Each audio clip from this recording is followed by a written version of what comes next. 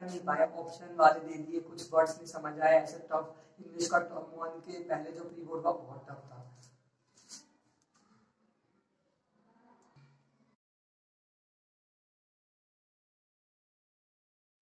Hello everyone, welcome to Learning English with Dr. Sanath. In today's video, we will study pre-board class.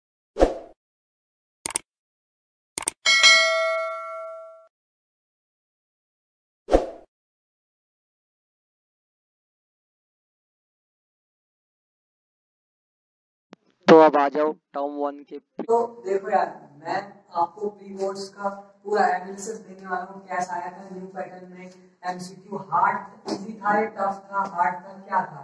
यहाँ पे आपको मैं बताने वाला हूँ आज की इस वीडियो में कि सीबीएसई टर्म 1 कैसे हो सकता है, आप और अच्छा कैसे दे सकते हो, और जो ये प्री बोर्ड्स आपने दिए वो किस बेसिस पे आए थे, उससे हमारा पैटर्न क्लियर होता है। न्यू पैटर्न जो आपको मैं बता रहा हूँ यहाँ पे क्लियर हो जाएगा आपका। और एमसीक्यू बेस्ड क्वेश्चन टफ था या इजी था, analysis of pre-board and preparing and tips and how you can score a 40 out of 40 in the term 1 of class 12 English exam and 10th as well boards.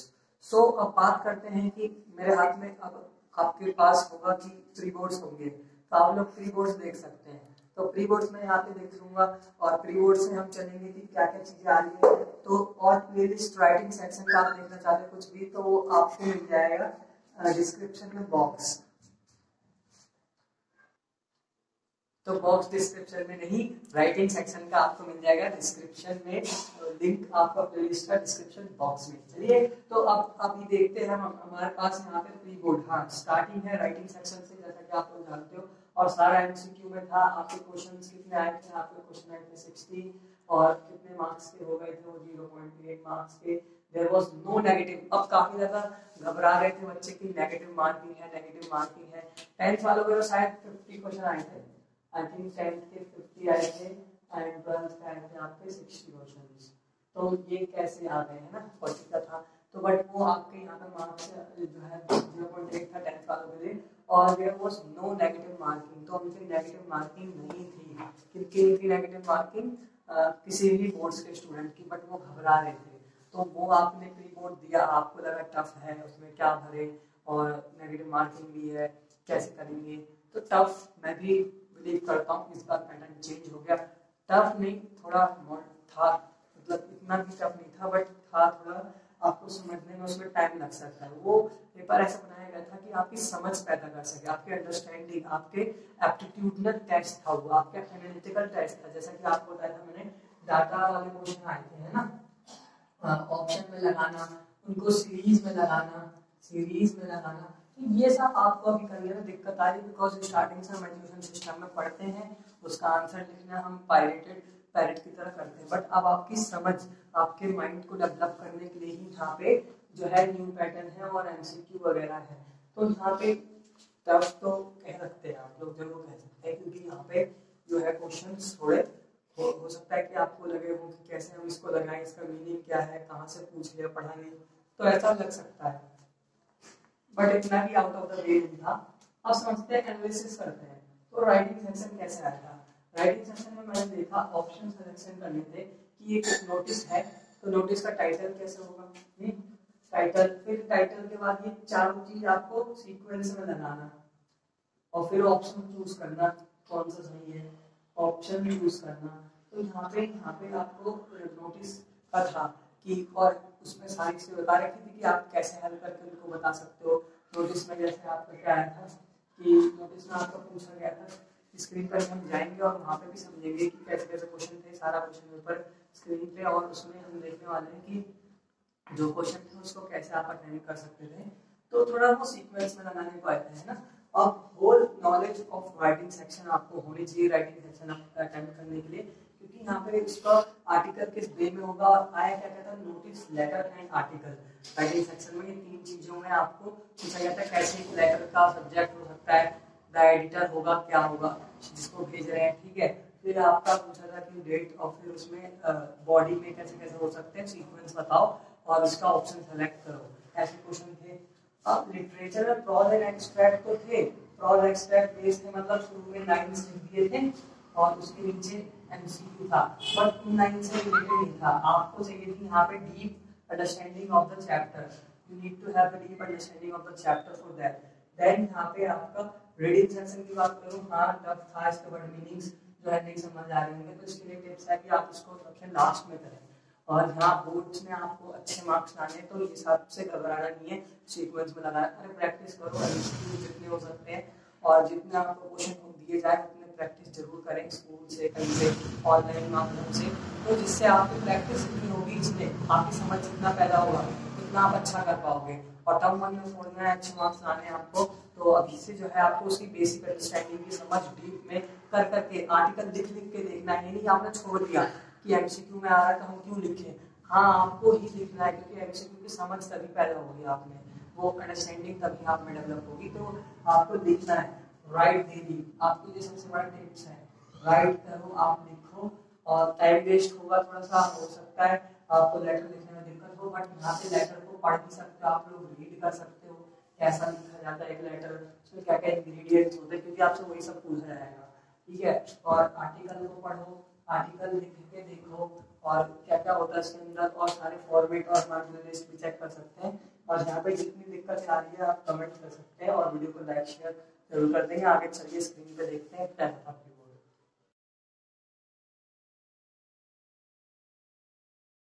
Hello everyone, welcome to Learning English with Roshan. In today's video, we will study pre-board class 10th and 12th analysis of MCQ type questions. And is this was tough or hard pre-board which you gave 10th and 12th? So this was your pre-board. I would be analyzing the morning pre-board examination of class 12th 2021 to 2022.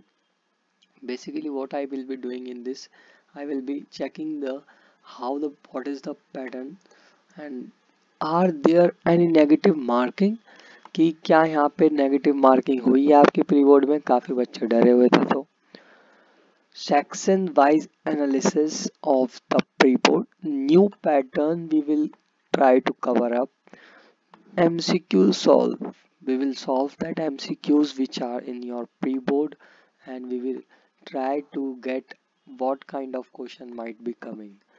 तो हम समझेंगे, हम समझने की कोशिश करेंगे कि क्या क्या चीज़ें हैं। How to prepare for term one. So अब यहाँ पे मैं आपको बता दूं कि न्यू पैटर्न, हाँ जी yes, new pattern can be seen and CBSE circular as well for the term one board, term 1 board class 10th and 12th. So what is the new pattern? New pattern is competency based question. Yes, so new pattern will be for competency based question.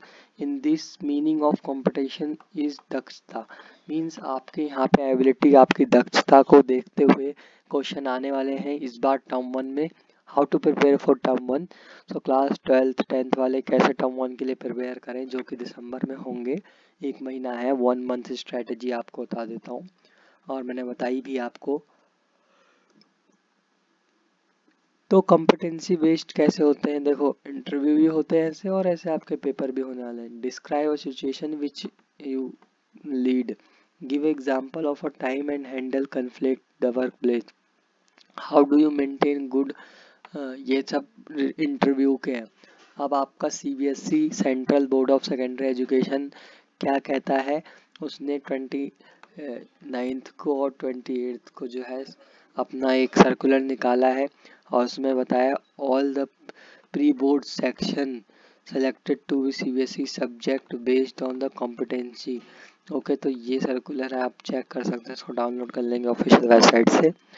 तो आपके जो दक्षता पे आधारित question आने वाले हैं, तो चलिए अब PDF से समझते हैं प्री बोर्ड को, और ये पैटर्न आपको फॉलो करना है इस बार एंड हर एक चीज को ध्यान से पढ़ना है। Let's go to screen now.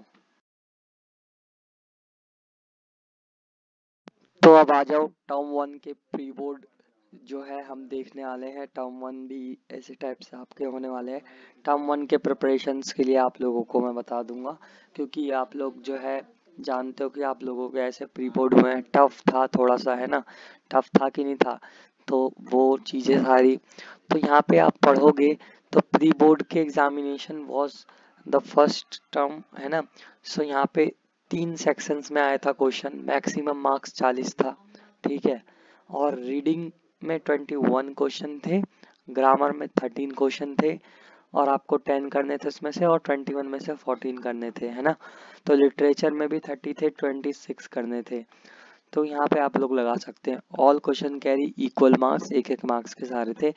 Focus करिए, there is no negative marking. तो आप लोग को बता दूं कि यहाँ पे नो नेगेटिव मार्किंग, ये कोई भी कहीं भी बोले कि मार्किंग है, नेगेटिव मार्किंग है, तो कभी मत विश्वास करना, नो नेगेटिव मार्किंग, ओके। सो आपको जितना आप करोगे उतने मार्क्स मिल जाएंगे, जितना नहीं करोगे नहीं मिलेंगे, कटेगा नहीं मार्क्स आपका। कंपटीशन लेवल का एग्जाम नहीं है जो नेगेटिव मार्किंग होगा। तो पहला सेक्शन था रीडिंग सेक्शन, आपको इसमें पढ़ना था और फिर एमसीक्यूज के आंसर देने थे। ऑर्फन्स इन द वाइल्ड, तो इसमें ऑर्फन्स इन द वाइल्ड के बारे में बताया हुआ है, जो ऑर्फन्स वाइल्ड में रहते हैं उनके सारे इंपॉर्टेंट चीज़ें पढ़ लोगे, फिर ये एमसीक्यू आपको ट्राई करना था, ठीक है। तो हम यहाँ पे थोड़ा सीक्वेंस में भले नहीं है ये, बट मैं ट्राई करूँगा आपको सीक्वेंस में देने की, और मैं मेजरली बात करूँगा राइटिंग सेक्शन की, ठीक है। तो यहाँ पे राइटिंग सेक्शन की बात हम कर रहे होंगे।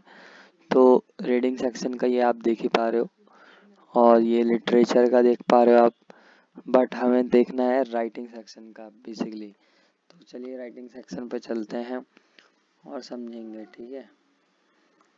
ये देखो, ये पैराग्राफ से पढ़ के आपको देना था पैसेज से, ठीक है।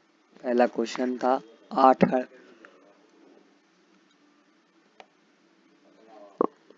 पंगोलियन के बारे में बताना था आपको, पंगोलियन कैसे, कहाँ, कौन रहता है, ठीक है। टर्म 1 के प्री बोर्ड्स थे।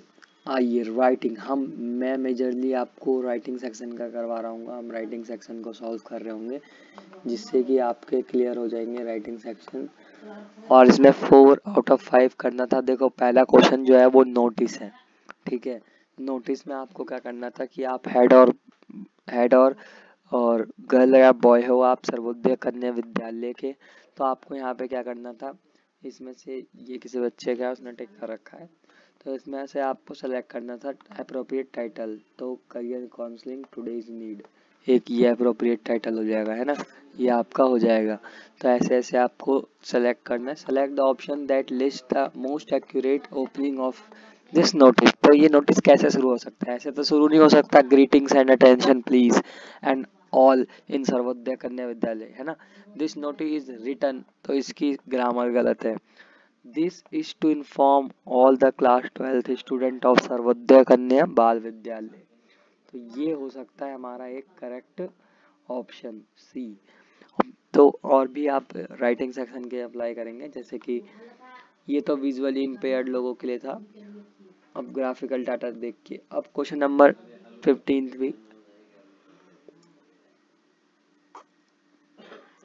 Select the most suitable central idea of passage. Passage का यहाँ पे बोला गया,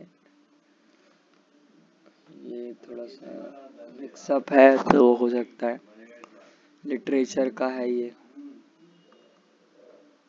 हाँ। और स्टार्टिंग में था हमारा लिटरेचर का, सॉरी राइटिंग का, तो ये रहे, है ना।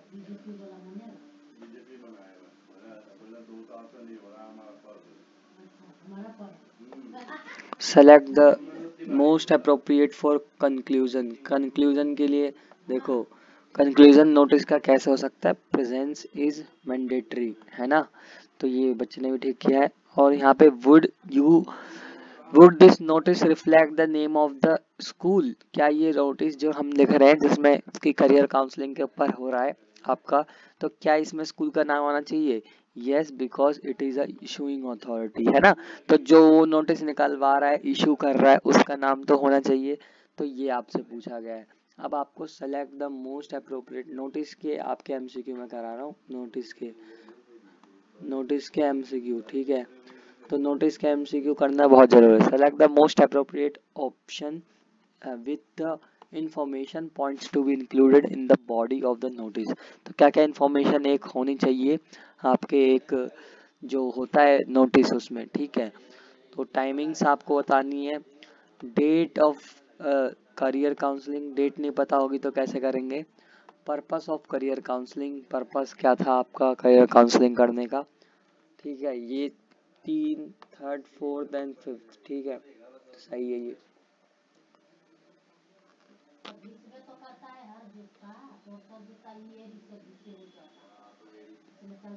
तो ये आपका रीडिंग का भी है, राइटिंग का भी है, थोड़ा मिक्सअप है, तो आप लोग इसमें से करेंगे, ठीक है। अब एक बहुत बड़ा सा राइटिंग सेक्शन का आर्टिकल का क्वेश्चन है। Raman Romila is a member of a school health club, actively promotes the health activities. He has to write an article. Article का क्वेश्चन है। Select the option that lists an appropriate title. बताना आपको, ये पूरा पढ़ना है आपको कि उनको हेल्थ के ऊपर लिखना है। They are becoming a victim of many elements diseases, means वो हेल्थ क्लब के मेंबर है और उनको हेल्थ के बारे में फैलाना है। तो देखिए, तो सबसे पहले वो लोग देखो क्या क्या करेंगे, है ना। सबसे पहले वो लोग विच रमन चॉइस इलेबोरेट रीजंस। रीजन में तो देखो मोर एनर्जी, मतलब काफ़ी ज़्यादा एनर्जी मिलती है हमें हेल्थ के वो काम करने से, है ना। वेट वो थोड़ा इधर उधर है ना, सीक्वेंस में नहीं।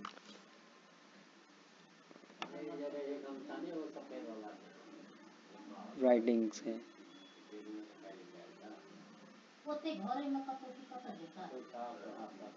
ये रहा, avoid diseases, illness, boost immunity, controls stress, है ना। तो आर्टिकल में जो हम कर रहे थे अभी, better mental health, live longer, look better, stay empowered and confident. तो ये सारी चीज़ें आपको फ़ायदा मिलने वाली है। क्यों करना चाहिए आपको एक्सरसाइज, ये सारे कारण आप दे सकते हो आर्टिकल के अंदर। इन सब में नहीं होगा, ठीक है। ये ऊपर नीचे हैं, control stress, look better, but काम टेक ऑफ फ्रॉम वर्क, ये तो हो नहीं सकता है ना। और लिव लॉन्गर, चलो ये हो सकता है। रिमेन बिजी, ये भी नहीं हो सकता ना।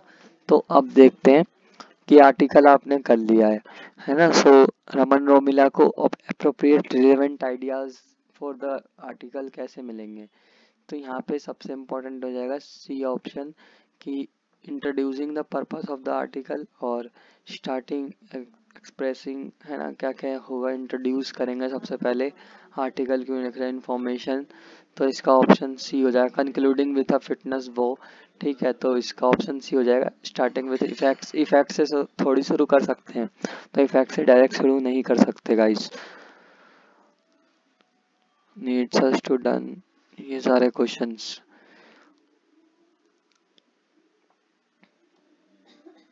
पैसेज के भी आपने किए होंगे या कॉम्पिटेंसी बेस्ड थे। और ये रहा एक आपका जो कि राइटिंग सेक्शन का ही है। तो इसमें देखो आर्टिकल को कैसे ऑर्गेनाइज करना है। Divide the article in 3 parts, introduction, analysis, topic, conclusion. Organise the ideas in logical order with systematic presentation, predications and personal observation, thoughtful quotes as title and। तो गाइज ये आप, आप लोगों का रीडिंग सेक्शन का देख सकते हैं, ये डाटाबेस एनालिसिस, ठीक है। गंगाज के ऊपर है, Ganges largest river in Asia, it rises in Himalayan mountain flows over to 500 kilometre through India and Bangladesh. तो ये आपका कुछ डाटाबेस क्या था, ये था आपका राइटिंग के बाद रीडिंग, और रीडिंग वगैरह सारे लिटरेचर के भी आसान आसान थे, ठीक है। तो ये देखो राइट लिटरेचर का, I landed in a sitting position, swallowed water, went at once to the bottom. Which place narrator is talking about? तो YMCA pool है ना। तो ये बहुत आसानी से आप कर सकते हो, लिटरेचर का आपके बुक से था, है ना। So the strategy adopted by the narrator to save himself was reach bottom of the pool and powerfully kick himself। तो ये स्ट्रेटेजी उन्होंने, क्योंकि उन्होंने स्विम तो कर नहीं पाते अगर वो गिरे थे, तो हिमसेल्फ फ्लोट भी नहीं कर पाते, शाउट भी करने का कोई फायदा नहीं था। तो Douglas state that I summon all my strength. तो ये क्यों कहा उन्होंने, as he was a weak and skinny boy, no, as he was a poor swimmer, as he was trying to hold his breath, as trying not to drown। तो वो डूबना नहीं चाहते थे।